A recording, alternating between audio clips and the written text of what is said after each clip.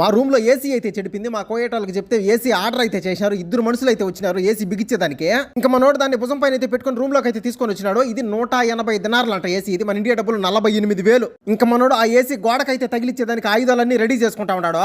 ఇదేమో ఏసీ ఉండే ప్లేస్.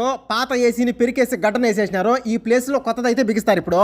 పాత ఏసీ ఏమో ఇతనేమో బండ్లో వేసుకొని ఎత్తుకోబోతా ఉన్నాడు. ఇంకొక అతనేమో ఈ నుంచి లిచ్ని పైకి వేసుకొని పైకి అయితే ఎక్కినాడు. కంప్రెసర్ అయితే బిగించేదానికి పైన. ఇంకా ఈ ఏమో కంప్రెసర్ కు ఏసీకు కనెక్షన్ చేసే రాగి పైపులో కంప్రెసర్ అయితే అన్బాక్సింగ్ అయితే చేశారు. ఇప్పుడు ఒక్క మనిషి దీన్ని ఎత్తుకొని అయితే పైకి ఎక్కుతాడు చూడండి.